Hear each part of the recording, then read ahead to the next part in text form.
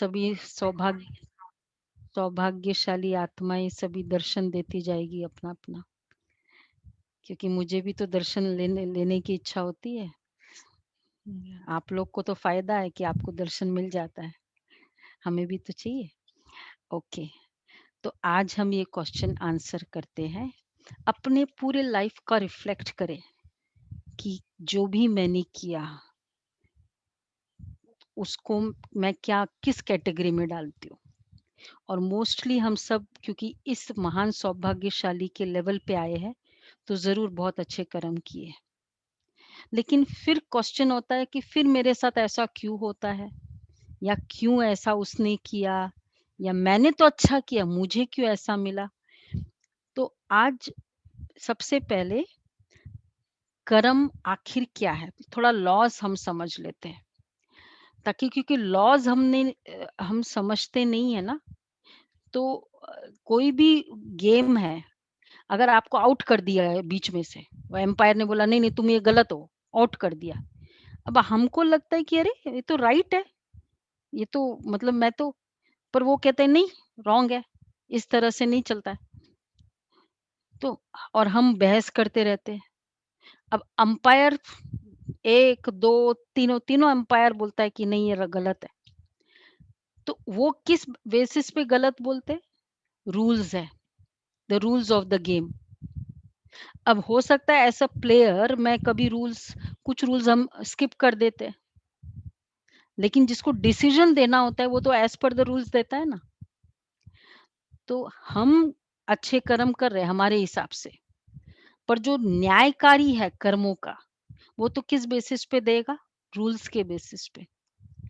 तो एक्चुअली देखा जाए, रूल्स ऑफ द गेम पहले समझना चाहिए कि या बाद में समझना चाहिए? पहले पूरा गेम कर लो, फिर बाद में रूल समझो। समझदारी किस में है? एक क्विज कंपटीशन भी करते हैं ना, पहले रूल्स को पहले बोलना होता है। क्यों? अगर रूल्स को पहले नहीं बताया जाए और फिर आप बीच में से किसी को आउट कर दो, वो क्वेश्चन उठाएगा, क्यों भाई ऐसा क्यों किया? क्या कारण है बताओ? मैंने तो राइट किया। फिर वो कहेगा कि रूल्स बोला आपने पहले क्यों नहीं बताया? ये तो पहले बताना चाहिए। ठीक इसी तरह कर्मों की हालत हो गई हमारी। हमको रूल्स का पता ही नहीं, और हम कर्म किए थे करते जा रहे हैं। और फिर जब कुछ ऐसी बात होती है, मैंने हमेशा अच्छा किया, मेरे साथ ऐसा क्यों? और वो बुरा कर रहा है, उसको तो बड़ा सक्सेस मिल रहा है, उसके साथ तो सब अच्छा हो रहा है। तो क्या कारण क्या है?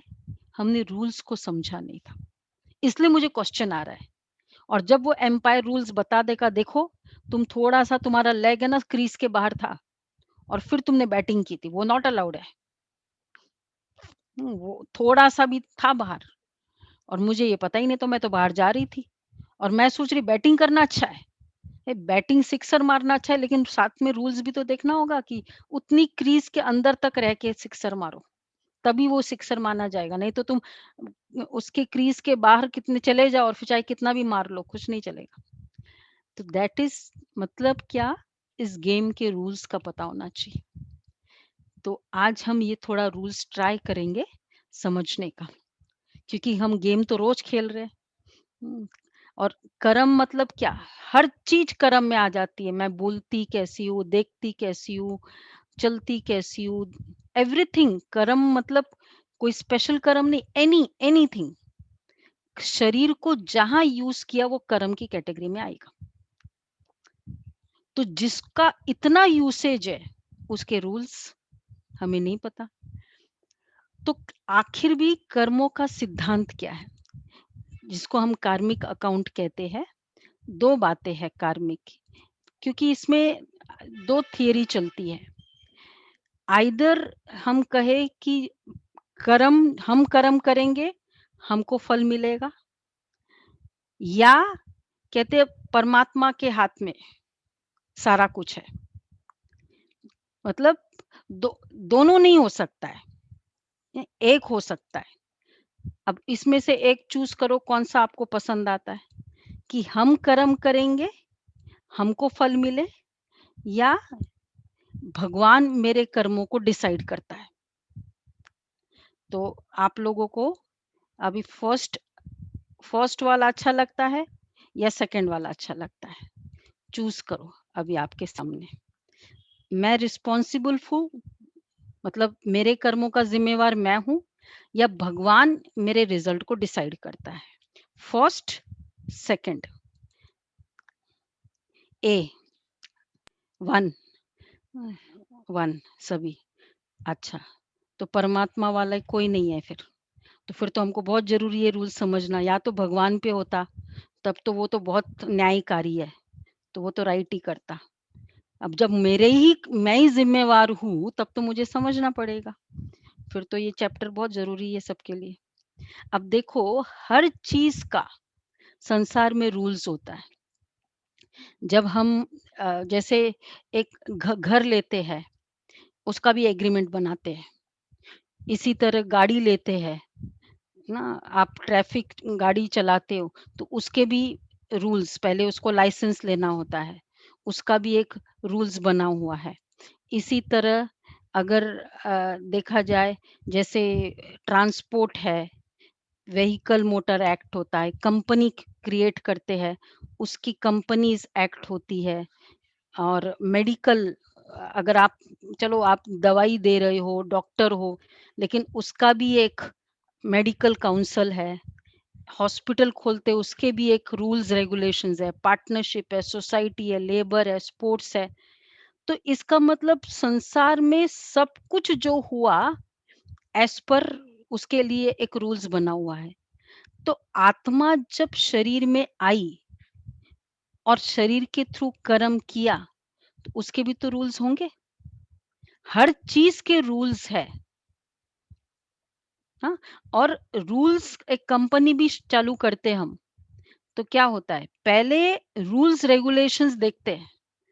पहले क्या बनता है, मेमोरेंडम ऑफ एसोसिएशन बनता है, वो ना पूरा कंपनी का आर्टिकल्स ऑफ एसोसिएशन बनता है।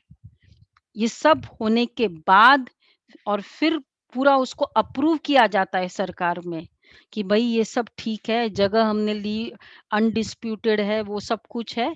उसके बाद बिजनेस शुरू करते हैं। ऐसे ही जाकर कोई जगह लेकर बिजनेस शुरू कर दे तो नहीं चलता। रूल्स रेगुलेशंस के बाद एक एग्रीमेंट बनाते, उसमें भी देखते कि भाई कोई डिस्प्यूट तो नहीं है घर में। तो एवरीथिंग के रूल्स है। तो इसका मतलब आत्मा शरीर में आई, उसके भी रूल्स है। उसको कहते हैं कार्मिक अकाउंट। वो है कार्मिक अकाउंट। और कभी भी रूल्स को पहले स्टडी किया जाता है, उसके बाद हम करते हैं। ऐसा थोड़ी, एक इवन घर का भी एग्रीमेंट होता है ना। आप लोग क्या करते हो, चार्टर्ड अकाउंटेंट्स होते हैं, एडवोकेट्स होते हैं, उनको बोलते हैं, आपके टीम में होते हैं, कंपनी सेक्रेटरीज होते हैं, कि भाई पढ़ो क्या बात है, क्योंकि साइन करना है। एक बार आपने साइन कर दिया, जिम्मेवारी आपकी हो जाती है। तो कुछ भी हो जाए, बताएंगे देखो ये क्लॉज है, ये आपने नहीं किया, साइन कर दी। तो इसलिए एक प्रोफेशनल हायर किया जाता है, कि भाई पढ़ो ठीक है नहीं है। ठीक इसी तरह आत्मा शरीर में आती है और जो भी कर्म करती है, उसका भी एक रूल्स है, और वो कार्मिक अकाउंट। और इसलिए अब कर्म क्या है, किसको कहेंगे कर्म? हमने सोचा कर्म अर्थात कि मैंने कर्म किया। 5 फैक्टर्स है, मैंने ना दूसरे का भलाई की, मैंने दान पुण्य बहुत किया, मैंने भक्ति बहुत की, मैंने सबको मदद की। ये सब अच्छे कर्म की लिस्ट में आता है। इसी को अच्छे कर्म कहेंगे, राइट? बहुत बहुत तपस्या की, बहुत भक्ति की, बहुत अच्छा कर्म है। अब हम देखते हैं कर्मों की गहराई। 5 फैक्टर्स कर्म के हैं, जब उसको कहेंगे श्रेष्ठ कर्म। सबसे पहले, एक तो कर्म बीज की तरह है। बीज को सबसे पहले बोने के पहले क्या करते हैं, धरनी फर्टाइल हो। अगर धरनी फर्टाइल है, तो फर्स्ट धरनी की फर्टिलिटी देखते हैं, कि वो जो जिस धरनी पे बोया जाए, वो धरनी ठीक हो। दूसरा, धरनी अच्छी हो, लेकिन बीज जो डाला जाए वो अच्छा नहीं हो। बंद करो। बीज जो डाला जाए वो उसकी क्वालिटी अच्छी नहीं है। मुझे चाहिए हाफूस, अल्फोंसो मैंगोज़ चाहिए। मैंने बादामी का बीज डाल दिया। मैंने कहा मैंगो का बीज डाला है। अब मैंगो का तो डाला है लेकिन चाहिए क्या था? तो जैसा फल चाहिए वैसा बीज होना चाहिए। अब क्वालिटी मुझे क्या चाहिए रिजल्ट की?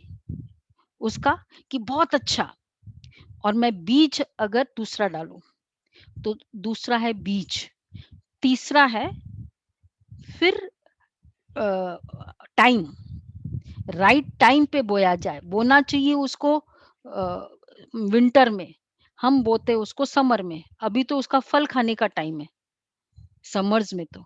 और फिर मैं कहती हूँ क्यों नहीं आ रहा है? क्योंकि अगर राइट टाइम पे बोया नहीं जाए, तो भी वो फल नहीं मिलता है।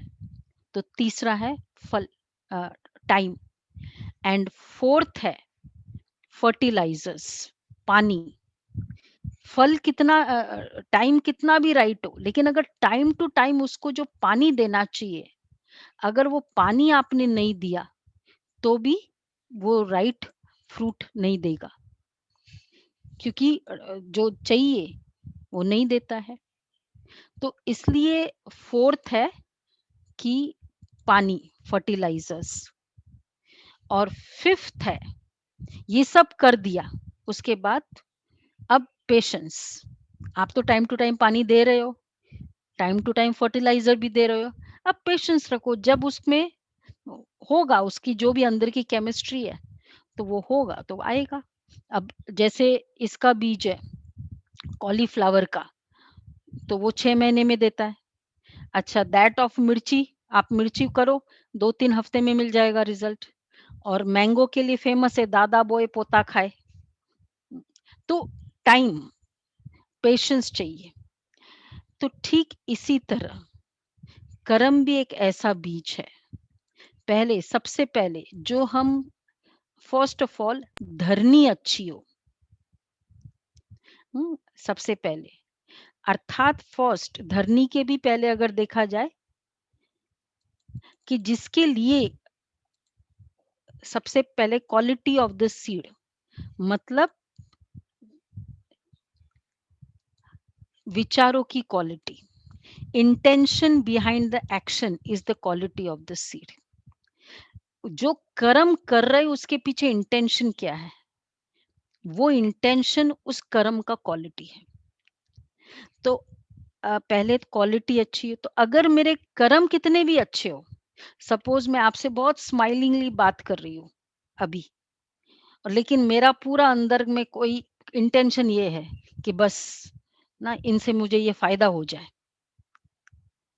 तो बात तो मैं बहुत अच्छा कर रही हूँ, बड़ी बड़ी ज्ञान की बातें कर रही हूँ, लेकिन अंदर में इंटेंशन ये है।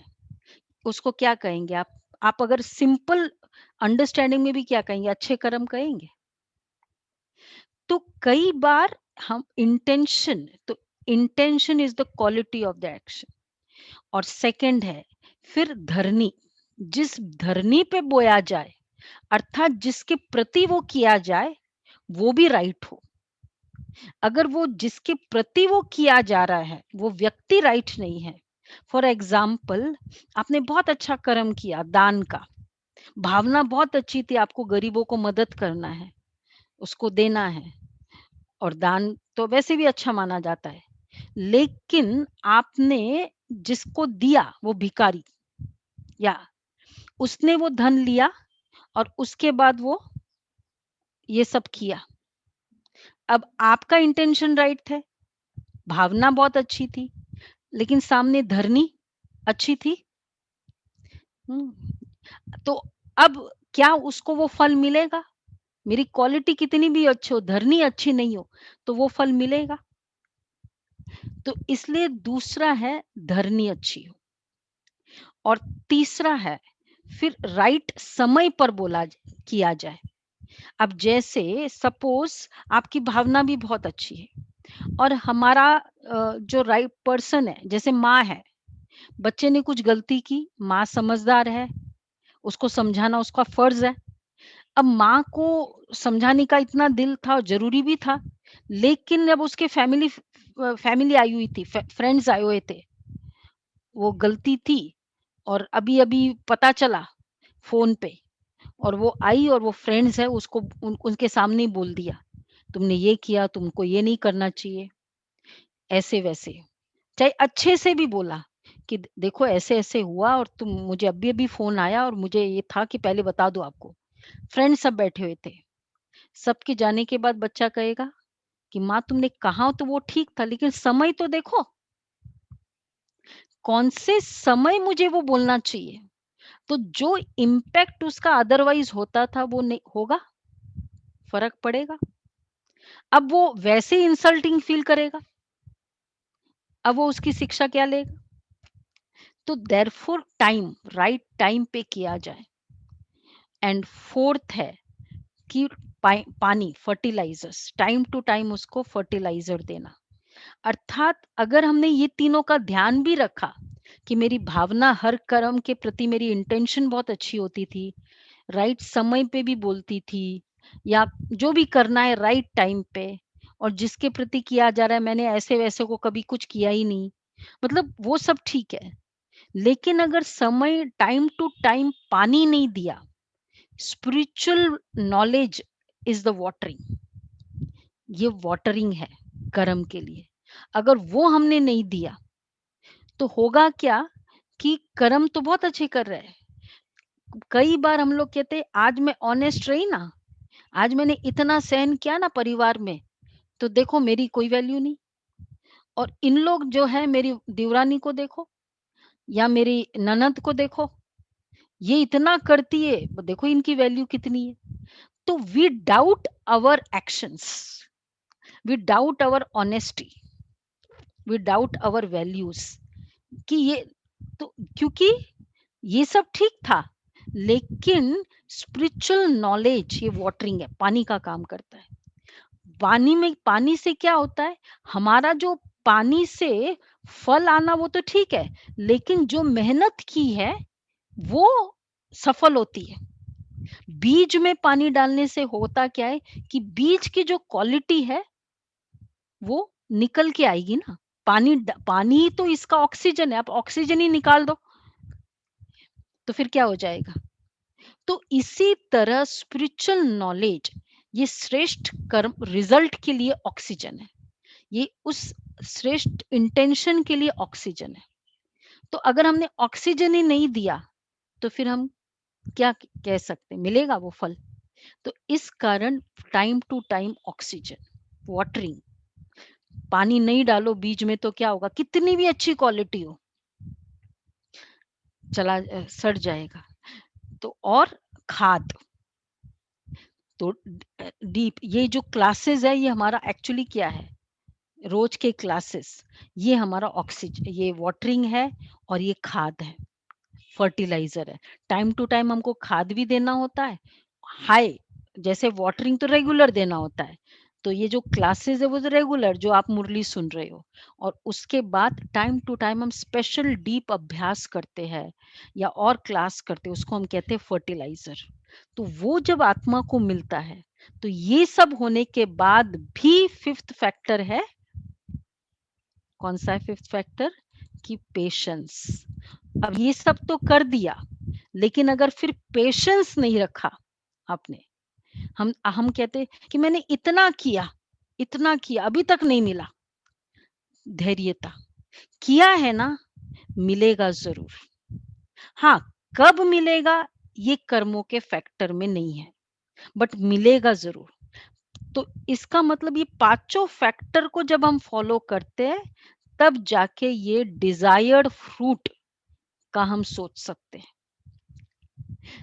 अब देखो, जो भी मैंने कर्म किए आज तक, इसमें ये पांचों फैक्टर, उसमें ये नहीं कि एक कभी एक नहीं और कभी दो नहीं, और पांचों है, then it is called good action. अब हमने जितने भी कर्म किए, सपोज आप अभी बैठ रहे हो, आप सुन रहे हो, ये भी कर्म है। अब इसमें हमको देखना है मेरा इंटेंशन क्लियर है।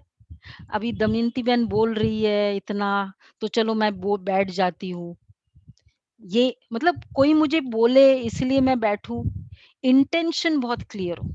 भावनाएँ बहुत अच्छी हो, श्रेष्ठ हो।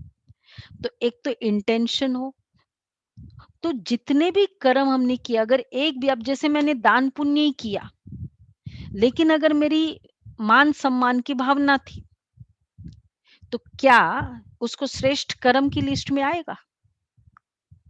हुँ, भक्ति की, मेरे को ये इच्छा था मेरी इनकी प्रमोशन हो जाए, बेटा हो जाए, पोता हो जाए, भक्ति की, लेकिन कामना की, क्या उसको श्रेष्ठ कर्म की लिस्ट में आएगा? आएगा वो श्रेष्ठ कर्म? तो अब हम देखें पूरे जीवन में पहले कितने थे कर्म श्रेष्ठ जब शुरू में आपने देखे? बहुत सारे थे, बहुत सारे श्रेष्ठ कर्म थे ना हमारी। हुँ, जितने भी एज है उससे ज़्यादा बहुत सारे श्रेष्ठ कर्म हैं। और अब कितना हो गया फ़िल्टर किया है? फ़िल्टर हो गया?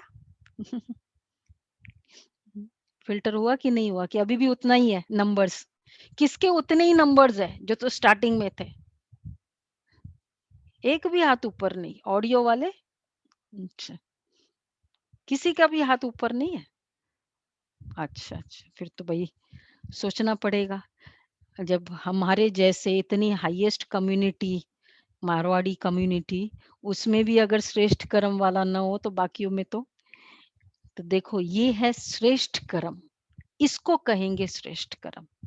तो इसलिए दुनिया में कहते हैं कि हमने अच्छा ही किया, मैंने सारा जीवन अच्छा किया, अच्छा सोचा, अच्छा तो बहुत किया, बहुत सास के लिए किया होगा, बहुत देवर के लिए किया होगा, यही हम कहते हैं भई हमने बहुत किया, उनको बिज़नेस में मदद किया, ये किया, मदद तो किया, साथ-साथ में कितना गिनाया, मैंने इतना किया, वो भाई नहीं बोलता है तो भाभी बोल देती है। हाँ, क्या कहीं न कहीं चलो गिनाया नहीं, इधर चला, मैंने किया, उसको मैंने हेल्प किया। ये एक बार चला होता है? कम से कम एक बार तो आया होगा कि मैंने किया। तो अब इंटेंशन मेरा ईगो का है और कर्म मैंने हेल्प का किया, भाई को बहुत मदद किया। किसको क्या-क्या कहेंगे श्रेष्ठ कर्म? सोचना है हमको। तो इसलिए कर्म और फल के बीच में ये सब फैक्टर्स ध्यान में रखते तब कहीं जाकर वो श्रेष्ठ कर्म की लिस्ट में आता है। और दूसरा बहुत बड़ा फैक्टर है इस कर्म के इसमें कि इसमें ड्यूरेशन का कुछ नहीं है। जैसे उसमें तो फिर भी एक ड्यूरेशन है कि 3 हफ्ते के बाद आपको ये मिर्ची का बीज फल मिल जाएगा, विदिन 6 मंथ्स कॉलीफ्लावर मिल जाएगा। लेकिन कर्म एक ऐसा बीज है जिसका कोई ड्यूरेशन फिक्स्ड नहीं। कि अगर आपने किया है, हो सकता है provided the 5 factors are taken into account जो पाँचों फैक्टर है, तो हो सकता है कल ही मिल जाए उसका फल, हो सकता है 4 दिन बाद मिले, 4 साल बाद मिले, 40 साल बाद मिले और हो सकता है इस जन्म में मिले ही नहीं। लेकिन इतना ज़रूर है, गारंटेड है, किया है, मिलेगा ज़रूर, कब मिलेगा इसका कोई ये लॉ है। अब आप कहेंगे कि इसका क्या प्रूफ है? ये लॉ है। तो पहला लॉ है 5 फैक्टर्स और सेकंड लॉ है नो ड्यूरेशन। इस कर्म का कोई ड्यूरेशन नहीं, कभी भी मिल सकता है। तो इस कारण जब मुझे कभी भी मिल सकता है और भगवान ने ये बहुत अच्छा किया कि हम इस कर्म के सिद्धांत में ये बताया नहीं कि ड्यूरेशन कब है। क्या फ़ायदा हुआ? अगर मुझे पता होता है ना, जैसे ये ट्रैफिक में हम लोग जाते हैं ना, ये कोरोना का ही देख लो कि अब मुझे पता है कि कोई देखने वाला नहीं है, मास्किंग करना चाहिए, ये मेरे ही फ़ायदे के लिए है, सैनिटाइज़र करना चाहिए, मेरे ही फ़ायदे के लिए है। अब रास्ते में चल रहे, देखते इधर ट्रैफिक में कोई देखता नहीं है, तो क्या हो जाएगा? अगर मुझे ये पता है इतने बजे से इतने बजे तक वो ट्रैफिक वाले होते हैं, उस समय उन लोग बहुत स्ट्रिक्ट होते हैं और उसके बाद वो ट्रैफिक वाले होते नहीं हैं, तो क्या होगा? जिस समय वो होंगे, उस समय तो मैं बहुत अलर्ट रहूँगी, मास्क वास्क सब हाँ, और फिर जैसे ही वो उस समय नहीं होंगे तो इसमें घाटा मेरा है, उसका है, उनका है? मेरा घाटा है।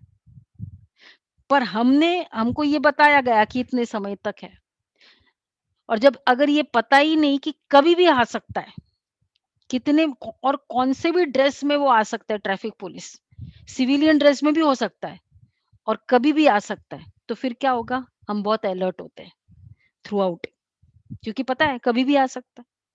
तो परमात्मा ने भी ये रैंडम का लॉ इसमें डाल दिया ड्यूरेशन में, कि पता नहीं आपको कब मिलेगा। तो इससे फायदा क्या हुआ कि जब मुझे पता ही नहीं कि कब मिलेगा, तो मुझे कब मिलेगा उसके ऊपर तो फोकस करना ही नहीं है, क्योंकि वो तो मुझे पता ही नहीं। मेरा फोकस किस पर होगा? सिर्फ करने पर, मतलब ये पांचों पर होगा। तो उसलिए फायदा क्या होगा? तो जो हम सुनते हैं कि कर्मण्येवाधिकारस्ते, ये गाया ना आप लोगों ने बहुत बार, कर्मण्येवाधिकारस्ते मा फलेषु कदाचन, मा जो भी वो सब है। तो इसका मतलब क्या था कि तू कर्म किए जा, फल की चिंता मत कर, कर्म किए जा, फल की चिंता मत कर, इंसान जैसा कर्म करेगा। तो ये था इसका मतलब, क्योंकि सिर्फ करने पर तुमको फोकस है, ड्यूरेशन तुम्हारे हाथ में है ही नहीं। तो उसको वो होगा नहीं होगा हमें कोई चिंता नहीं। तो ये सबसे बड़ा फायदा इस कर्म के सिद्धांत में है। और फिर ये वाला सिद्धांत ऐसा है कि अगर मैंने किया है तो मुझे मिलेगा ही मिलेगा, हो नहीं सकता कि कभी भी ना मिला हो। जब तक मेरा नहीं मिलेगा मैं ऊपर भी नहीं जा सकती हूँ। इनका मतलब चाहे वो प्लस है चाहे वो माइनस है, वो मुझे मिलेगा ही। तो ड्यूरेशन दूसरा लॉ है, नो ड्यूरेशन। तो इसमें फायदा है कि नहीं है? बहुत टेंशन फ्री है। जब एक तो मेरे को पता, मुझे फोकस केवल कर्म में करना है, और दूसरा फायदा ये है कि जब मुझे अपने ही कर्मों पर फोकस, मतलब मुझे मिलेगा ही, और मेरे को अपने ही कर्मों पर फोकस करना है, तो चाहे इसमें कोई दूसरा कोई कहे या नहीं कहे, मतलब मेरी कोई डिपेंडेंसी है ही नहीं ना किसी और के ऊपर। हमारा कर्म है और मिलना तो है ही है। तो ड्यूरेशन ये बहुत इम्पोर्टेंट फैक्टर है। और उसमें हमारा जैसे एक जगह, जैसे आपको बोला कि एक ही डिपार्टमेंट में फोकस करो, आप ये काम कर रहे हो ना, आपको यही वाला करो आप, तो एक तो उसमें स्पेशलाइजेशन भी आ सकती है, और हम अच्छे से कर सकते हैं। 4 जगह देखना होता है तो मुश्किल होता है। तो मैंने उस दिन मैंने इसके लिए इतना हेल्प किया, उसको इतना हेल्प किया, इतना देखने की ज़रूरत ही नहीं है। मुझे क्या है, सिर्फ़ इस पर फ़ोकस करना है। कर्म किए जा, फल की चिंता। तो ये सिद्धांत इसलिए बने क्योंकि ड्यूरेशन नहीं था। और तीसरा बहुत बड़ा सिद्धांत है कि मेरे कर्मों का ज़िम्मेवार मैं स्वयं हूँ, कोई और नहीं। कुछ जो भी मेरे साथ होता है, अब जैसे एक बहन था, एक जर्नल में आया था, स्टोरी भी थी, और एक बार एक मद्रास की बात है। ऐसे बहुत सारे केसेस हैं, लेकिन ये जर्नल में आया, काफ़ी पॉपुलर हुआ था। तो एक बहुत हाइली एजुकेटेड फैमिली थी, और उसमें उन लोग एक ही बेटा था, इकलौता, प्रोफेशनल्स थे, बहुत अच्छे से समय, मतलब सब कुछ अच्छा चल रहा था। 14 की एज में बच्चा मेरिट रैंकर था। 14 की एज में उसको कुछ बीमारी हुई बच्चे को, एंड थोड़ा तो वो माइल्ड था, इट वाज़ स्टमक का कुछ था।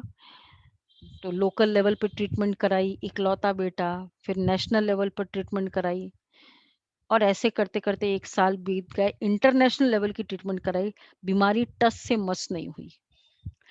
इट्स लाइक आफ्टर 1 ईयर तो सॉर्ट ऑफ वो बेड रिडन ही था, और इन्होंने इनफैक्ट इकलौता था, तो यू कैन इमेजिन जो भी प्रॉपर्टी थी वो बेच के भी इसकी ट्रीटमेंट कराई कि मैं हमको अपना बच्चा चाहिए। अब 1 साल के बाद वो ही वाज़ सिटिंग द मतलब पिताजी बेटे के साथ बैठे थे। अचानक वो उठता है, कहता है कि अच्छा पिताजी, मुझे आपसे इतना लेना था, मैंने ले लिया, अब मैं चाहता हूँ। उसको लगा ये तो होश में पता नहीं बेहोशी में बोल रहा है। और उसने कहा कि बात पिछले जन्म की है, हम दोनों बिज़नेसमैन थे, पार्टनरशिप में बिज़नेस करते थे। मैं कुँवारा था, आप गृहस्थी थे। हर साल हम बिज़नेस शेयर करके, प्रॉफिट्स को शेयर करके अपने घर जाते थे। और लेक इस तरह हर साल की तरह एक बार हम जा रहे थे। बिज़नेस हमारा शहर में था, फैमिलीज़ हमारे गाँव में रहती थी। रास्ते से जंगल से गुज़र रहे थे। आपको ख़्याल आया क्योंकि कुँवारा था मैं कि ये इतना पैसा लेकर करेगा क्या? आपने वो सारा और आपने कत्ल कर दिया और वो सारा पैसा ले लिया। और वो पैसा और आज तक का इंटरेस्ट मैंने आपसे ले लिया है, अब मैं चाहता हूँ। Saying this, he breathed his last. मेरे साथ जो हो रहा है, उसका ज़िम्मेवार मैं स्वयं हूँ। तो फिर बोला कि ये मम्मी इसको क्या पेरेंट्स चलो इसने कुछ हम मैंने तो गलती की तो मुझे मिला। लेकिन ये माँ है उसने क्या किया? उसने तो उसने बोला कि जो तुम पैसे ले गए थे ना, वो पैसों को इतना ऐश से उसने यूज़ किया। She was the partner of that crime in enjoying that money. तो बोला उसका ये माँ है। तो हम जो भी मेरे साथ हो रहा है, इसलिए कोई और ज़िम्मेवार नहीं है। मैं और मैं स्वयं। अगर मैं एक जन कोई बोल रहा है, कुछ किसी की चुगली कर रहा है और मैं आ जाती हूँ उनके पास उस ग्रुप में और मैं कहती हूँ अच्छा ये है, वो है, मैं सपोर्ट कर रही हूँ उनको। वो दूसरे की बुराई कर रहे हैं, हम उसको सपोर्ट कर रहे हैं। मेरा कर्म बनेगा कि नहीं बनेगा? बनना चाहिए या नहीं बनना चाहिए? बनना चाहिए। हम सोचे चलो बैठे-बैठे गप्पे मार रहे, गॉसिप है। कर्म हो रहा है ना, जो भी कर्म होगा ये पाँचों फैक्टर अप्लाई हो जाएगा उसको और तीनों लॉज़ अप्लाई होगा उसमें। हम ये नहीं कह सकते कि चलो बैठे थे ना गप्पे मार रहे थे। उसकी उड़ाई, उस पॉलिटिशियन की उड़ा दी, उसको बोल दिया। बोलो, कोई प्रॉब्लम नहीं। लेकिन फिर जब वो मेरे सामने वो सब आएगा, तब फिर let me take the responsibility. क्योंकि अगर ये नहीं समझती हूँ कि ये मेरे साथ क्यों होता है या तो फिर क्या होता है जब ये कार्मिक लॉज़ नहीं समझते हैं, तो एक तो कोई भी चीज़ जब जैसे एक आप खेल ही रहे हो गेम को और आपको आउट कर दिया और आपको कुछ समझ में नहीं आता है, तो हम क्या करते हैं? सबसे पहले एक तो फिर पहले गेस करेंगे कि बात क्या है? कि क्यों मुझे निकाल दिया? क्यों मुझे वो प्लेयर क्या करता है, जैसे ही उसको आउट बोलता है, उसको तो लगता है मैं तो सब ठीक हूँ, वो पहले देखता है कि क्या वो क्रीज़ पे वहाँ देखता है ना कि बात क्या है? तो पहले तो गेस करेंगे। तो हम लोग गेस करते कि आखिर भी क्या हुआ? मुझे ऐसा क्यों मिल रहा है? फिर हम गेस करते रहते या दूसरा अगर गेसिंग से भी पता चलता है नहीं, नहीं मैं तो एकदम राइट हूँ। नहीं तो फिर दूसरा क्या करते हैं? ब्लेम करेंगे कि उसके कारण है ना आज ऐसा हुआ। उसने अब जैसे कोई आप गए, अब जैसे कोई आया आपके घर और उसने वो किसी कोरोना वाले के घर से अभी आ रहा था। जैसे वो आया आपको तो पता नहीं, वो सब आपने वो कुछ एप्रोप्रिएट बिहेवियर क्योंकि आपको लगा कि चलो हमारा ही है और फिर बाद में वो कोरोना लेकर आए। इतना सब प्रिकॉशन किया था वो ले और उसके कारण घर में कोरोना हो गया और उस कोरोना के कारण फिर कोई नहीं कुछ कोई बहुत सीरियस भी हो गया। अब हम क्या कहेंगे? उसके कारण है ना, तो हम ब्लेम करते रहते हैं, के कारण। अगर मेरे साथ हो रहा है, ज़िम्मेवार कौन है? कारण कोई भी बने, लेकिन मुझे हुआ ना और उसमें से 4 को हुआ, 1 को नहीं हुआ या 4 ठीक थे, 1 ही सीरियस था। तो जब कोरोना हुआ तो सबको होना मतलब सबको ही सीरियस होना चाहिए ना। कारण क्या था? और फिर हम कहेंगे उसके कारण ना, उसने ऐसा किया ना तब मेरा आज, नहीं तो वो जब से वो वाइफ आई ना, तो ऐसा हो गया, नहीं तो वो बेटा बहुत अच्छा था। मुझे मिल रहा है मतलब मैं ज़िम्मेवार हूँ, और अगर मैं ज़िम्मेवार हूँ, तो फिर रीज़न कोई भी बन सकता है। आज वाइफ है, तो कल कुछ और है, कल कोई एम्प्लॉयी हो सकता है, कुछ भी हो सकता है। अगर मेरे कर्मों का ये स्टैटिस्टिक्स है कि श्रेष्ठ कर्म है ही नहीं या बहुत कम है, तो ज़िम्मेवार कोई भी रीज़न बन सकता है। वो रीज़न ही तो बनता है कोई, अगर देखा जाए कोरोना का भी क्या होता है, कोई रीज़न ही बनता है। लेकिन उसका रीज़न, तो एक तो गेसिंग, ब्लेमिंग करते हैं हम, और दू और तीसरा है फिर हम फीलिंग कि मुझे ही क्यों, मेरे साथ ही ऐसा क्यों होता है? ये जो व्हाई मी का फीलिंग है ना, उसका कारण ये है कि हमको नहीं पता, अगर मुझे मिल रहा है तो मुझे, और फोर्थ है want to hold others responsible, कि दूसरा उसका ज़िम्मेवार है।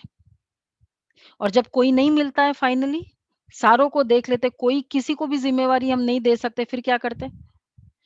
फिर कौन बचता है? वो बचता है। भगवान तूने तूने क्या किया भगवान? अब बचा-कुचा उसके ऊपर। मतलब मुझे कोई ना कोई चाहिए ज़िम्मेवारी देने के लिए। तो इस कारण, क्योंकि मुझे ये नहीं पता, ये 3 लॉज़ नहीं पता, हम ब्लेम करते हैं, और ब्लेम, और ये सब करते-करते हम क्या कर रहे हैं? ये भी कर्म कर रहे हैं। इसको दोषी देना, उसको दोषी देना, उसको दोषी, तो क्या कर रहे हैं हम? दूसरा और क्रिएट कर रहे हैं। हुँ। एक बहन ने कहा कि उसने क्या था, बेल्ट नहीं पहनी थी, ट्रैफिक पुलिस ने पकड़ा, तो तो चालान दिया ₹1000 का। तो उसने उसके साथ बहस करने लगी कि ये है, वो है, वो है। उसने 5000 का चालान दिया और दूसरा लगा दिया। तो एक तो मैंने गलती की और उसके कारण मुझे मिला, और मैं बहस करती जा रही हूँ। ये है ना, जब से ये बहू आई है ना, या जब से ये हुआ है ना, तब से तो मैं क्या कर रही हूँ, मेरा और 5000 बनेगा क्या चालान। तो इसलिए ये हमें बहुत ध्यान रखना है कर्मों के सिद्धांत में, कि मैं कर रही हूँ उसका ज़िम्मेवार मैं स्वयं हूँ, कोई और नहीं। और देयरफॉर मैं किसी और के कर्मों की भी ज़िम्मेवारी नहीं हूँ। मेरे कर्म की ज़िम्मेवारी मेरी है, तो दूसरे के कर्म की ज़िम्मेवारी मेरी है, वो है। अगर उसके साथ हुआ, तो उसका ज़िम्मेवारी है। हम किसी के कर्मों की ज़िम्मेवारी नहीं है।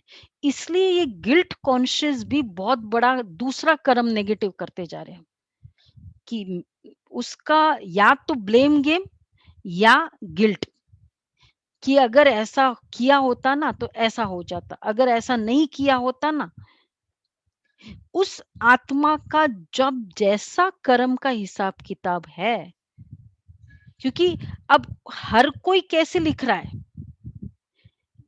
सब कुछ सेम है। देखो, बच्चा जन्मता है, एवरीथिंग सेम है। उसको पेरेंट्स सेम है, पढ़ाई सेम देते हैं, एजुकेशन, प्रिविलेजेस सेम मिलता है, सब कुछ सेम मिल रहा है। लेकिन फिर भी क्या उसका भाग्य सेम है? क्यों? क्यों नहीं सेम है? क्योंकि भाग्य बनता है कर्म बनते संकल्पों से, इंटेंशन, वो 5 फैक्टर्स कर्म का है। वो अगर सेम नहीं है, तो इसका मतलब उसका भाग्य सेम नहीं होगा। तो दैट डिसाइड्स दैट एक्शन। तो कोई भी कर्म के लिए श्रेष्ठ जिम्मेवार, न मैं दूसरे के कर्मों का जिम्मेवार हूँ, न मेरे फल का कोई और जिम्मेवार है। और इसलिए न मैं ब्लेम कर सकती हूँ और न मैं गिल्ट में जा सकती हूँ, क्योंकि जितना मैं गिल्ट कर रही हूँ किसी भी कर्म के लिए, उतना इट्स लाइक मैं अंदर फँसती जा रही हूँ। मैं बहुत नेगेटिव करती जा रही हूँ, क्योंकि काश ऐसा होता, काश ऐसा होता, काश ये नहीं होता, काश ये कर के जितने बार मैंने संकल्प कर दिए, मतलब मैंने क्या किया, श्रेष्ठ कर्म किया उतने देर। मैंने अगर बार-बार ये काश ऐसा होता, तो मैं अब बहुत ज़्यादा वो नेगेटिव कर्म करती जा रही हूँ। और ब्लेम, और उसके लिए फिर वो ब्लेम गेम भी होगा, गिल्ट भी होगा, और उस गिल्ट के कारण वो वाइब्रेशन क्या होता है, अगर सपोज किसी आत्मा ने शरीर छोड़ा और ये गिल्ट की फीलिंग्स मेरे में चल रही है, तो फर्स्ट ऑफ ऑल मैं अपना कर्म खराब कर रही हूँ, ये तो क्लियर है, क्योंकि बार-बार उसको रिपीट करती जा रही हूँ। काश ऐसा होता, काश वो हो जाता, तो मैं अपना कर्म करती जा रही हूँ। दूसरा, वो आत्मा अगर उस आत्मा के उसने बीमारी है या शरीर छोड़ दिया है, वो आत्मा को मैं संकल्प क्या दे रही हूँ, मैसेज क्या दे रही हूँ कि मैंने ये ठीक नहीं किया। मतलब तुमने, उसको मैसेज क्या मिल रहा है, तुमने ये ठीक नहीं किया। मैं कह रही हूँ मैं आपसे मिल नहीं पाया, तो उसको मैसेज क्या मिल रहा है कि तुम मुझे मिल नहीं पाए, तुमको मेरे से प्यार नहीं है। वो मैसेज वो बच्चे को जा रहा है। वो आत्मा जो नए शरीर में है, उसको यहाँ के मैसेजेस बहुत पावरफुली जाते हैं, क्योंकि ये इट्स लॉ। अब जैसे ये पीहर में वो बच्ची आती है ना पीहर से, कल ही शादी हुई है और आज वो ससुराल में आती है, और आते ही बेशक यहाँ बातचीत हो रहा है, लेकिन माँ की कितनी याद आती है उसको, कितने बार फोन कर लेती होगी, करती है ना, बार बार फोन, अभी वहां ऑफिस चले गए तब फोन कर लिया, फिर ये किया तब फोन किया, तो इतनी बार फ़ोन किया। अच्छा, फिर अब वही बच्ची को अब देखो 1 साल के बाद, अब इतना फ़ोन करती है? क्योंकि यहाँ जितना उसका यहाँ अटैचमेंट होता जाएगा, वहाँ पीछे वहाँ की बातें वो फिर भूलती जाती है। अब वो बच्चा जन्म उसको मैसेजेस, क्योंकि अब तो वो अभी नए शरीर में इतना अटैच नहीं है। पुराने शरीर के मैसेजेस मिल रहे उसको आत्माओं के, मैंने ये मतलब तुमने ये ठीक नहीं किया, तुमने मुझे मिल नहीं पाए, मतलब तुमको प्यार नहीं है, तो ये मैसेजेस जा रहे उस आत्मा के पास बार बार।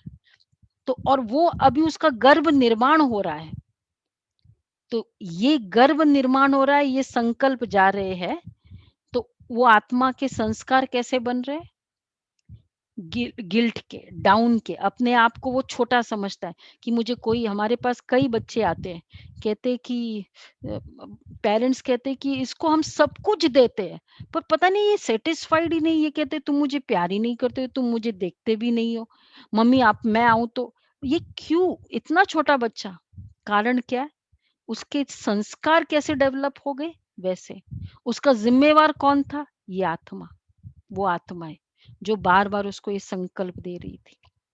तो इसलिए हर कर्म के प्रति हमें बहुत अलर्ट रहना होगा, होगा कि नहीं, क्योंकि मेरे भी कर्म खराब होते जा रहे, उसके लिए भी मैं जिम्मेवार बनती जा रही हूँ, और फिर हम कहते पता नहीं क्या मेरा ऐसा निकलता है, वो कैसे वो फल निकलता है, फल इज नॉट कि कोई बहुत सक्सेस हुआ या कोई बहुत घाटा हुआ, फल इज एवरी मिनट, ये तो चलो बड़े बड़े होते हैं, ये कलेक्टिवली एक साथ मिल जाता है, वो होता है ना प्रोविडेंट फंड, कलेक्टिवली एक साथ मिल जाता है, तो कोई श्रेष्ठ कर्म का वो कलेक्टिव हो जाता है, वो इकट्ठा मिल जाता है, या नेगेटिव का वो इकट्ठा मिल जाता है, लेकिन रेगुलर में जब हम कर भी रहे होते, उस समय भी, अब जैसे मेरा इंटेंशन, सपोज मेरा इंटेंशन बहुत खराब है और मैं बड़ी ज्ञान की बातें आपके साथ कर रही हूँ, तो वो करते समय भी तो मुझे खुशी नहीं है, बिकॉज मेरे में वो एनर्जी नहीं है जो मैं कर रही हूँ, तो प्रत्यक्ष फल भी खराब और भविष्य फल भी इंस्टेक है। तो ये है कर्मों का गहरा सिद्धांत, ये तो बहुत गहरे गहरे सिद्धांत है, आपको एक ओवरव्यू दिया, तो ये कर्मों का बहुत डीप सिद्धांत है। तो अगर अब अपने आप को देखे, जो हुआ, अब हमको उसका भी नहीं करना है कि क्या किया मैंने अभी तक में, तो बहुत गलत किया, हो गया ना, हो गया, फिनिश।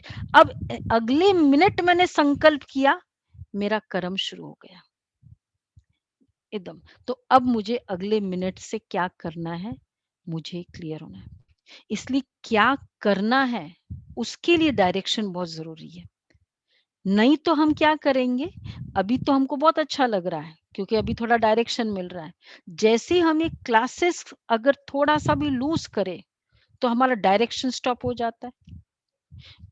जितनी बार वो स्टडी करते जाते हैं ना रूल्स को, उतना क्या होता है रूल्स में क्लैरिटी होती है। ताकि फिर हम ये कोरोना के जो प्रिकॉशंस और वो सब आते हैं, वो रोज़-रोज़ क्यों आते हैं? ये सब जगह यही क्यों बोलते जाते हैं मास्क लगाओ, ये करो, 2 गज की दूरी बनाए रख एक्सेट्रा एक्सेट्रा, ये सब मुझे लगता है सबका बाय हार्ट हो गया ना। और ये फोन करते हैं तो इमीडिएटली पहला क्या आता है, वो क्यों करते हैं? अरे एक बार हम लोग सब पढ़े लिखे हैं, एक बार बोलने से काम नहीं चलता है, बार बार क्यों करते हैं? ताकि अवेयरनेस हो बार बार। इसी तरह ये ज्ञान कर्मों का, ब्रह्मा कुमारी इसका सारा ज्ञान ही कर्मों के ऊपर है। कर्म के ऊपर मतलब संकल्पों के ऊपर है, क्योंकि स्टार्ट वहां से हो गया। तो जब हमको ये बार बार मिलता, ये अवेयरनेस है, तो ये अवेयरनेस से फिर हम ऑटोमेटिक, फिर हमारा अभी मास्क नेचुरल हो गया, हमारा डिस्टेंसिंग नेचुरल हो गया। अब हम क्योंकि हमको बहुत अवेयरनेस दी गई है। ये स्पिरिचुअल नॉलेज की भी जितनी अवेयरनेस होती है, तब हमारा, हम ना किसी को ब्लेम करेंगे, तब हमारे कर्मों में श्रेष्ठता आती है। न ब्लेम गेम स्टॉप, न गिल्ट स्टॉप, किसी के भी कर्मों का मुझे कोई गिला शिकवा नहीं, और न मेरे कर्मों का कोई मुझे जिम्मेवार है। ये जीवन जीना ही रियल लाइफ है, और या कहेंगे कि एक्चुअल एंजॉयबल लाइफ है। सारा समय अगर हमारे ये हुआ, उसके कारण ऐसा हुआ, अब अपने लिस्ट में देखो कि पूरे आज भी जितने को भी मैं जिम्मेवार समझ रही हूँ, अभी हम वो मेडिटेशन करेंगे, क्या मैं उसको डिलीट कर सकती हूँ? कर सकती हूँ। दूसरा, मैं किसी के कर्मों में गिल्ट फील कर सकती हूँ, करती हूँ, क्या उसको भी मैं डिलीट कर सकती हूँ? कर सकते हैं? चलो तो डीप मेडिटेशन करते हैं। अब अपने सारे आज तक के, अभी तक के कर्मों को हम देखते हैं। जिस कर्म में हम देख सोचते थे, उसके कारण देखो सारे कर्म फ्लैशबैक कर ले। कुछ लॉस हुआ, रिलेशनशिप में प्रॉब्लम आ गई, लोग लोग मेरे अगेंस्ट हो गए किसी के कहने से, एंड समवेयर ऑलवेज कोई न कोई रीजन था, कोई न कोई जिम्मेवार दिखाई दे रहा था, और वो उसके लिए मेरे मन में फीलिंग्स चल रही थी। वो सब लिस्ट मेरे माइंड पे आ जाए।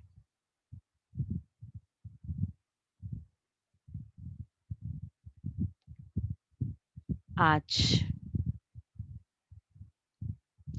इस लिस्ट को ले जाते परम धाम।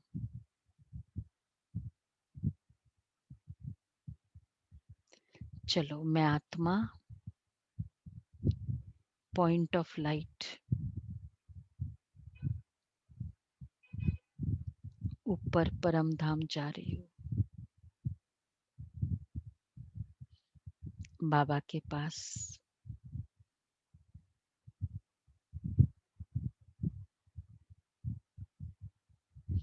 पॉइंट ऑफ लाइट शिव बाबा, मैं भी पॉइंट ऑफ लाइट। बहुत अच्छे से विजुअलाइज करते हैं।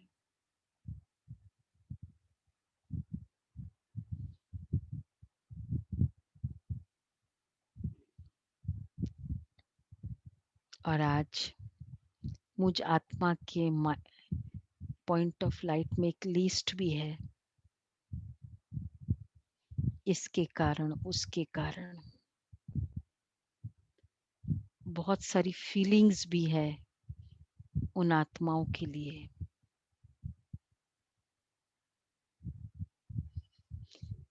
वो सारी लिस्ट सामने है, बाबा के सामने।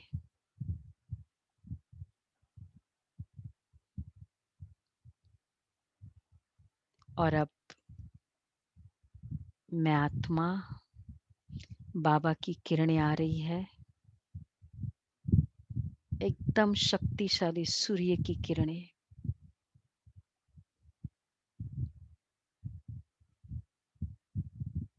वो सारी लिस्ट को डिस्ट्रॉय कर रही है।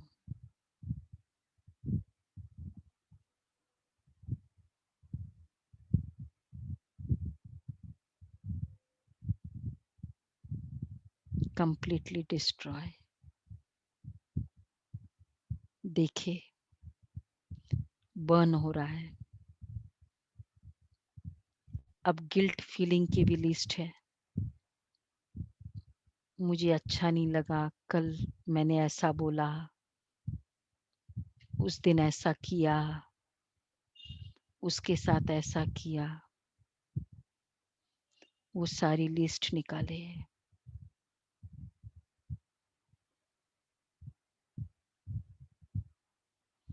बाबा के सामने किरणें आ रही है और भस्म कर रहे हैं कंटिन्यूअसली। भस्म हो रहा है।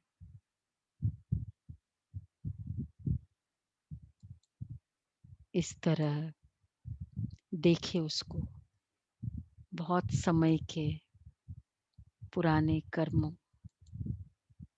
बहुत दिनों के,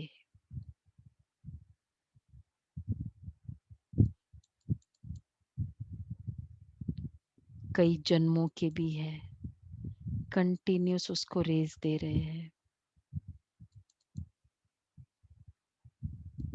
बाबा की पावरफुल रेस।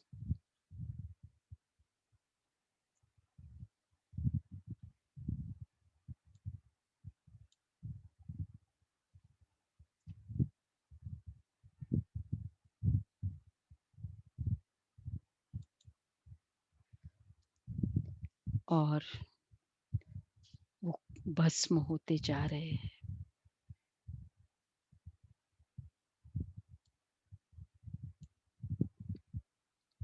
और अब मैं आत्मा एकदम खाली महसूस कर रही हूँ।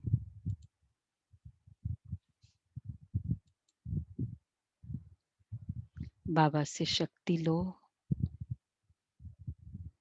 नो लिस्ट, और एक संकल्प पावरफुल कर रहे हैं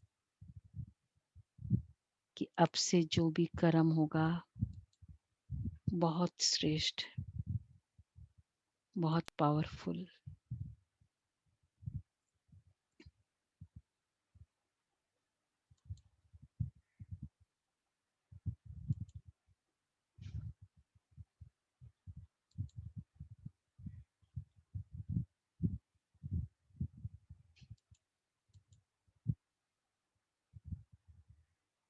भाई तुम पढ़े न फिर पछताना, पढ़े न फिर पछताना। कर्म करो ऐसे भाई तुम पढ़े न फिर पछताना, पढ़े न फिर पछताना। एक दिन तो धर्मराज को पड़ेगा मुख दिखलाना, पड़ेगा मुख दिखलाना। एक दिन तो धर्मराज को पड़ेगा मुख दिखलाना, पड़ेगा मुख दिखलाना। कर्म करो ऐसे भाई तुम पड़े न फिर पछताना, पड़े न फिर पछताना। कर्म करो ऐसे कर्म करो, कर्म करो ऐसे कर्म करो।